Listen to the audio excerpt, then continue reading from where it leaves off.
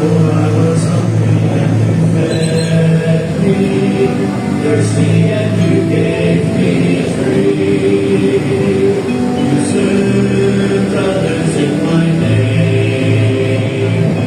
Share the gospel without shame, and you were mine in the darkness. You were strength for the weary.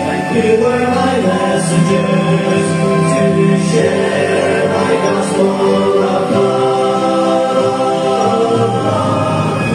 Well done, my good and faithful servant. Enter into my kingdom. You have fought the fight, you have kept the faith, according to my word.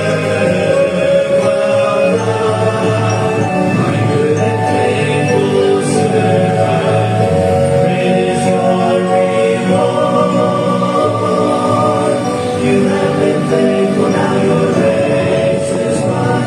Well done, my servant, well done. Well done, my servant, well done.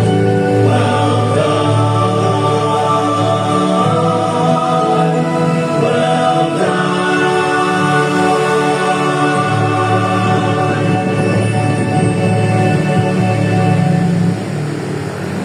Isang pagpalang umaga po sa bawat isa sa atin.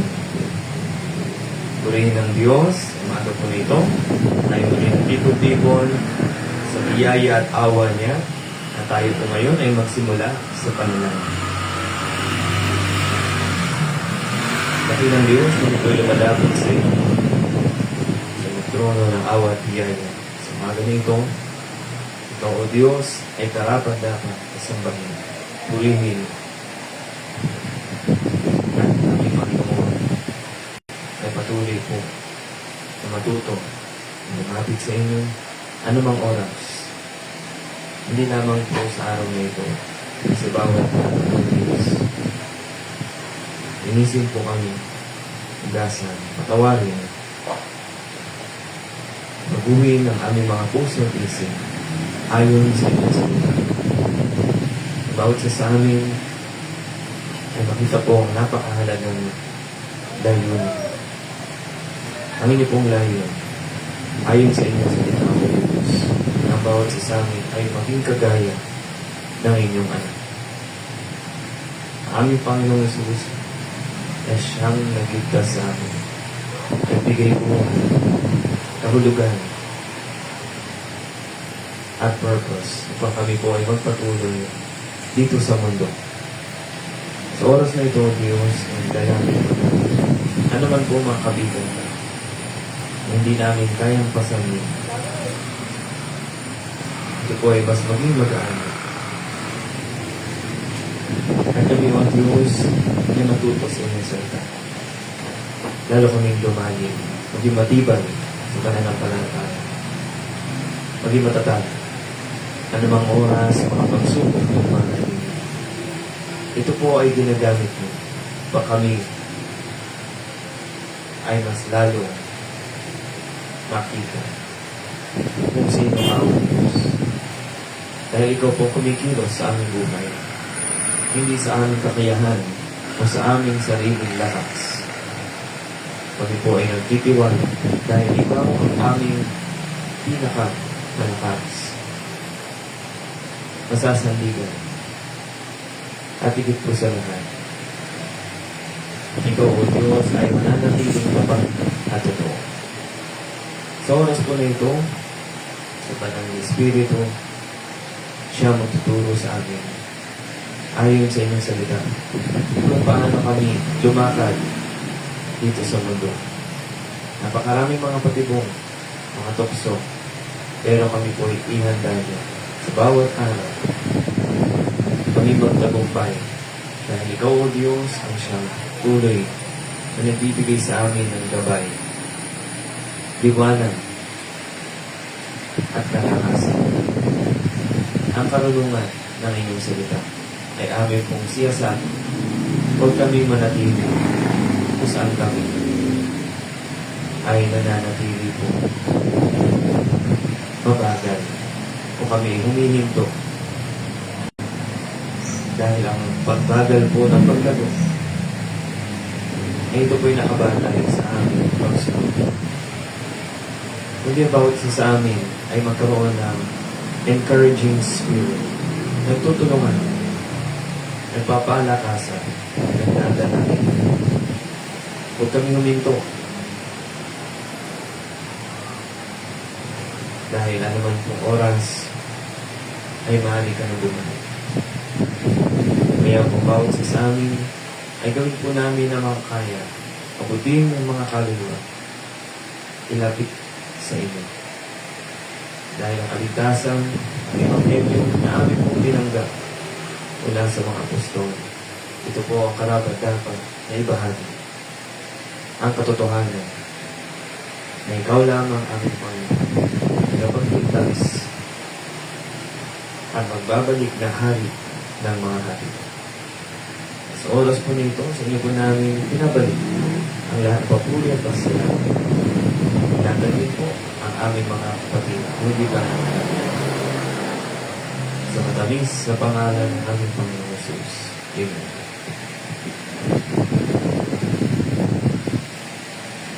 Pag-aaral po natin ang salita ng Diyos ay napakahalaga po na hindi lang natin nalalaman ang katotohanan, kundi ito'y ating naipapamuhay. Sa bawat araw po, ay mas dumidilim. Kung inyong mapapansin, ang ating paglalakbay dito sa mundo. Maikli lang, madilim, pero ang liwanag ng ating Panginoong Hesus ay kailanman hindi matatalo ng kaaway.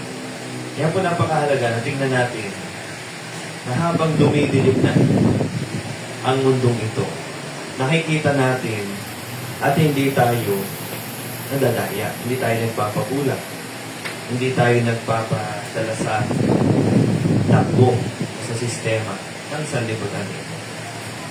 Kaya pag-usapan po natin ngayon ang tingnan po natin ang nasa screen.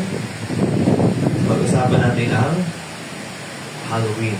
At paano tayo ngayon, paano natin ito gagamitin na pagkakataon para maibahagi natin ang gospel. Kasi ito po ay tradisyon, ito ay nakasanayan na. Pinagdiriwang ito ng mga tao sa buong mundo. At hindi lamang po ito isang pagdiriwang na kasiyahan, mga bata, mahilig sa chocolates, candies, kundi ito po ay mayroong pinagbugatan, meron itong pinagmulan. At alamin natin ng bahagya dahil hindi po sapat ang oras natin para siyasatin natin lahat. Kaya maaari po, tingnan natin yung pinakamahalagang mga facts. At paano natin ito magagamit sa pagtuturo ng gospel. At paano natin ito pwedeng gamitin, advantage natin ito. Kaya nga po, tingnan po muna natin ang mga verses sa Bible. Ano po ang sinasabi? Bukod po sa pagdiriwang sa kadiliman. Dahil ito ay may kinalaman nga po sa dilim. Tingnan po natin ano sabi ng Thessalonians, chapter 1, or chapter 5, verse 22. Basahin po natin.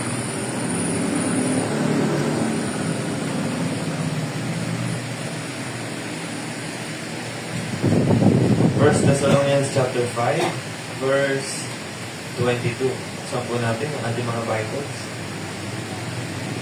Basahin po natin.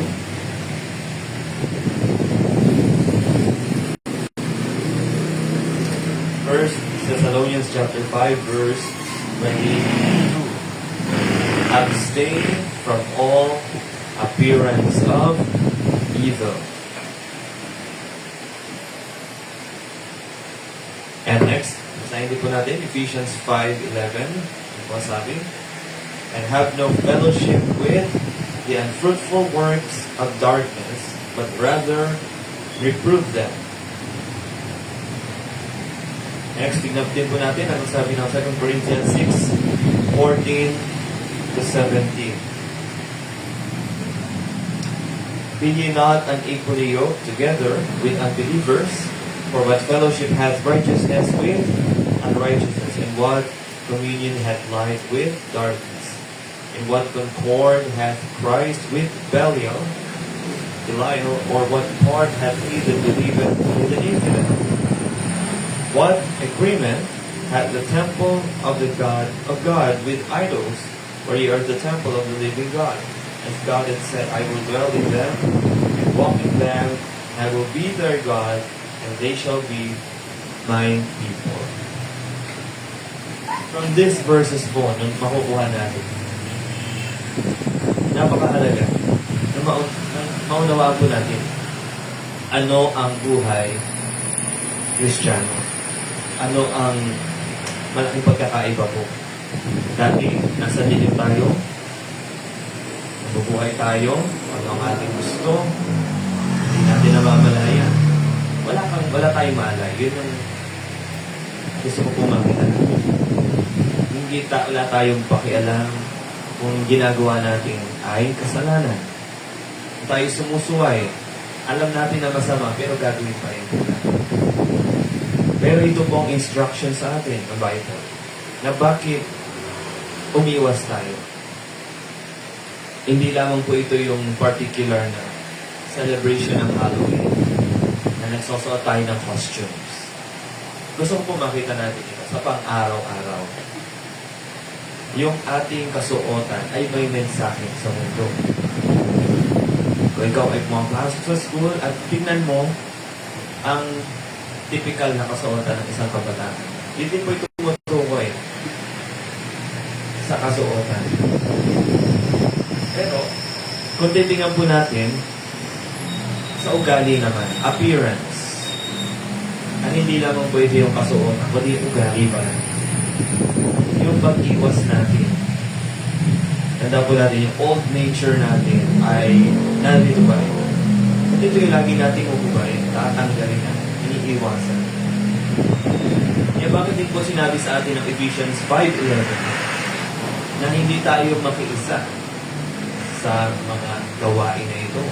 Unfruitful, walang bunga yan. Kamatayan ang dulo. Kasamaan. Ang kasamaan po ngayon ay hindi na ito yung masyadong pinag-uusapan. Kundi ito na yung normalized. Papansin niyo po yan. Yung dating kasalanan sa mata ng tao, ngayon ay okay na. Kaya nga po mapapansin nyo, ngayon okay na ang lalaki mag-cross-dress, ang babae ay suot na rin ang kasuot ng lalaki. Parang wala nang pagkakaiba. So yan din po ay tumutukoy din sa appearance of evil. Kasi binabaliktad na ng tao, patuloy na nila tinatalikuran at ayaw talaga ng tao sa kung ano ang tama at ano ang sinasabi ng kapito. The line. But rather, reprove them. Ito po muna yan sa atin, sa brotherhood. Ito sa ating as brethren, brothers and sisters in Christ, na tayo ay maging maingat po sa ating pananalig-pananalig. Sa ugali natin, reprove, ating itama. Ipakita natin anong sabi ng Bible. Ang nabasa rin po natin, anong sabi ng 2 Corinthians chapter 6, verse 14.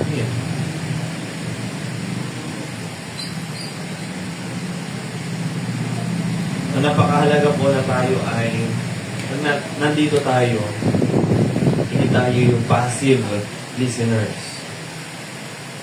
So kayo po ay bibigyan po ng notebooks. Lalagyan niyo ng pangalan. Tandaan po natin, ang pag-aaral natin ng salita ng Diyos, ito po ang pinakamahalaga. Higit pa ito sa pag-aaral natin sa secular schools, karoon ka ng worldly wisdom, yan ay panandalian lamang po. Magagamit mo yan sa pang-araw-araw. Pero ang pag-aaral natin ng salita ng Diyos ay may kinalaman ito hindi lang sa present world, kundi ito rin ay pangwalang hanggan. Kaya ito po ay pag-aaral na ito. Ito ay masasabi nating kapakinabangan. Nabasa natin ang sinasabi nga po ng 2 Corinthians 6:14-17. Kung makikiisa ang mga Kristiyano, tayo mga anak ng Diyos, sa kung paano sila mabuhay, paano pananamit nila. Kaya nga po we do encourage ang mga kababae, mga ladies. Pag kayo ay pumapasok sa school, huwag ka mahiya. Suot mo ang palda mo. Kasi ito ay testimony. Pero ngayon, common thing na lang ang nakapalda. Papansin niyo, di ba? Whether ikaw ay associated yan sa religion mo, Baptist ka man, at meron din ibang mga born again, susuot sila ng mahabang palda. O yung mga Christians.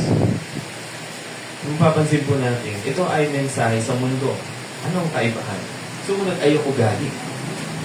Kaya nga po nakikita natin na kahit gaano kaayos yung ugali, sabi sa atin na tingnan niyo po, 1 Corinthians chapter 15 verse 33.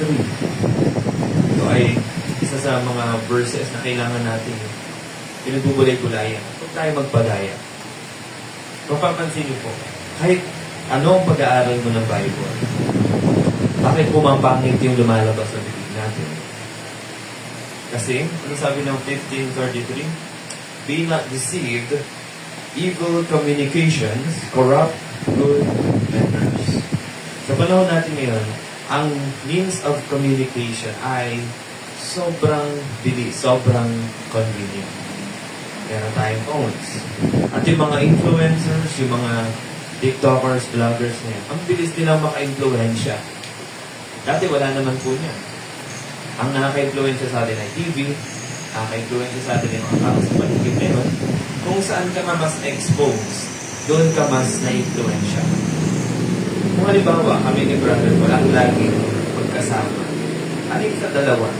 May influensyahan niya ako o siya may influensya ako. Ganon din sa pamilya natin. Kapag kung sino yung kasama mo sa bahay, at lalo na kung ano yung ginagawa mo palagi.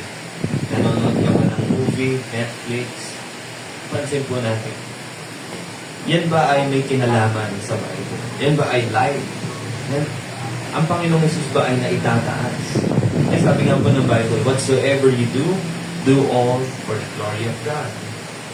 Napapansin natin, hindi sa lahat ng oras na ibibigay natin ng glory kay God. Bakit? Kasi may kaaway, naglalaban. Inaaway mo ang sarili mo, meron ding nanulukso. Kaya tanda po natin, mapalad sila na sumusunod sa Panginoon. Keep His commandments. Mapalad yung mga anak ng Diyos.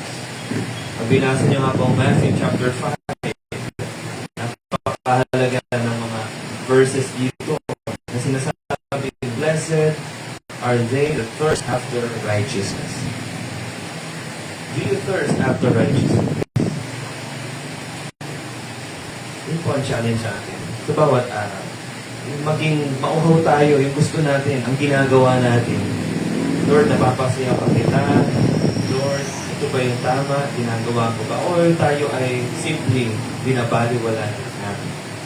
Lalo na, kapag ka nagbabasa tayo ng Bible, nasabi ko nga po sa inyo, pag nagbasa tayo ng Bible, hindi yan sapat. Kasi ang pagbasa ng Bible, that's just the first step.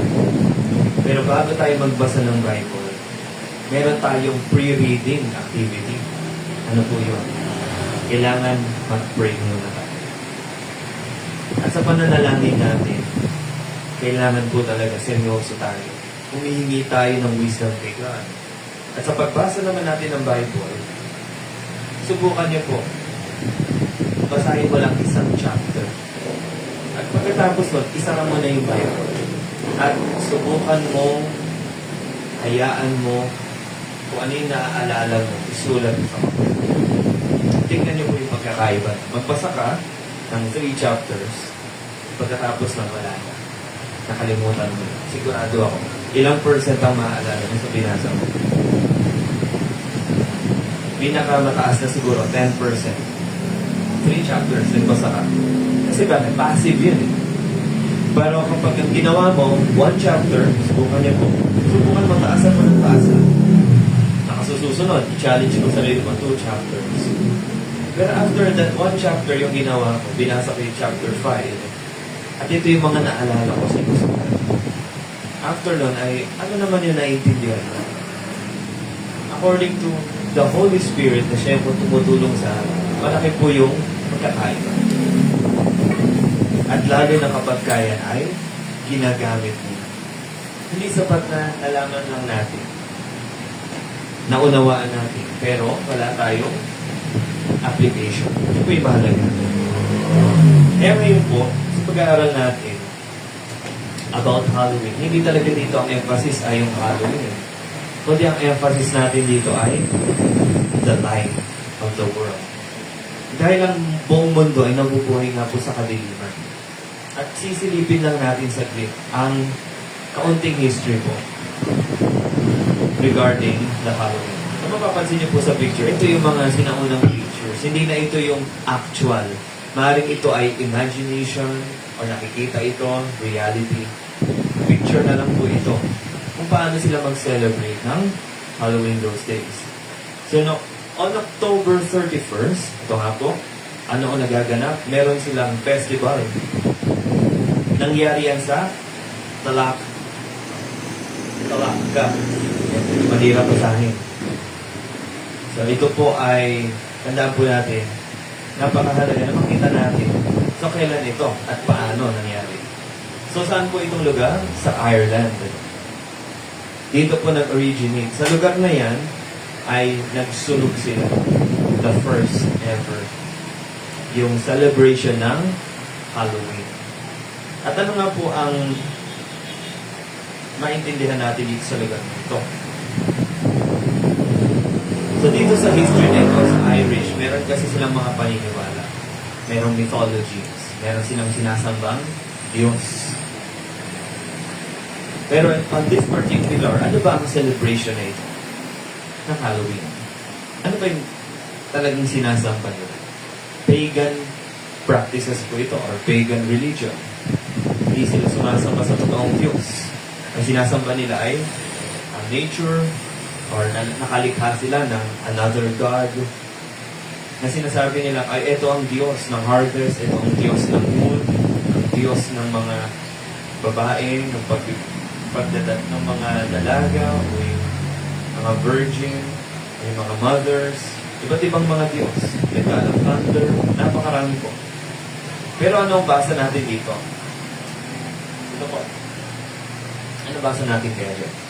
Ang tamang basa po talaga dyan ay sowing. Dati ang basa ko dyan, samhing. Pero ang totoong basa pala dyan, sowing. May kinalaman siya sa harvest. Dahil sa panahon po na yan, matatapos na ang taon sa Celts. So, yun po yung lugar na yan. Ang Ireland, ngayon ay sinakop. Ito po yung sakop ng mga Celts. Sila yung mga naninirahan doon. Tignan po natin. So, dito po, makita natin, meron na itong bagong simula. At ito nga po yung simula ng winter. Kaya, nagse-celebrate sila niyan. Tingnan po natin, November 1, the day the Celts celebrated their New Year. So, ito po. So, November, nagsisimula sila. October 31, ang celebration nila. And then, tuloy-tuloy, na pinapakita nila nga po, ito na yung pagtatapos ng kanilang harvest. Masasabi ba natin na meron itong kinalaman sa panahon natin ngayon? Yung Halloween, paano i-celebrate? Actually, evolved na lang po yan. Nagkaroon ng mga costumes, sinasuot nila. Iba't iba, mas makabago na. Upgraded na po ito. At tignan din po natin kung paano ito nakarating sa panahon natin. First is, ang Roman Empire. Connected sila. sa kung paano kumalat ang Halloween. Ang Roman Empire po kasi ng panahon na yan ay sinakop ang Celtic territory, AD 43. At ang Feralia o ang Pomona, ito po ay ang tinatawag, ang ibig sabihin nito ay honoring the dead.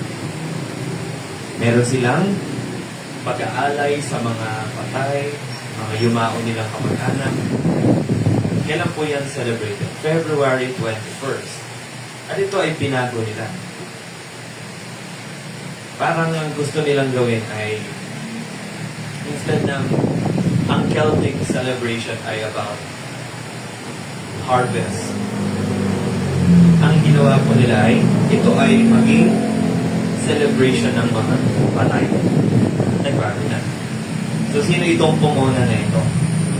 Sa Roman mythology po, si Pomona ay isang goddess of fruitful abundance. The trees, the gardens, and orchards. Tingnan din po natin yun. Sino pa? Ang mga tao sa likod ng Halloween. May 13, 698, si Pope Boniface IV established the Catholic Feast of All Martyrs Day. Ang celebration na ito ay may kinalaman nga po sa mga pinatay, mga martyrs, disciples, followers ng ating Panginoon Jesus. Alam naman natin sa history, pag pinag-aralan po natin yan, ang Rome po talaga, o Roman Empire, ay isa sa mga malulupit na nagpapatay sa mga alagad ng Panginoon. At hindi lang yung alagad ng Panginoon, at yung mga